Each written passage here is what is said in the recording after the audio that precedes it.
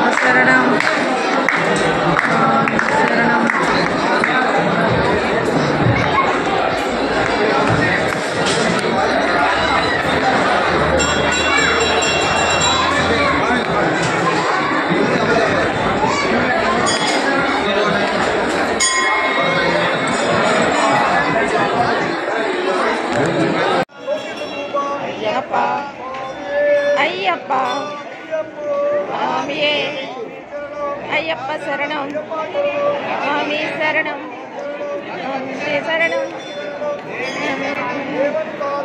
అయ్యప్ప అయ్యప్ప స్వామియే అయ్యప్ప శరణం అయ్యప్ప అయ్యప్ప అయ్యప్ప శరణం అయ్యప్ప అయ్యప్ప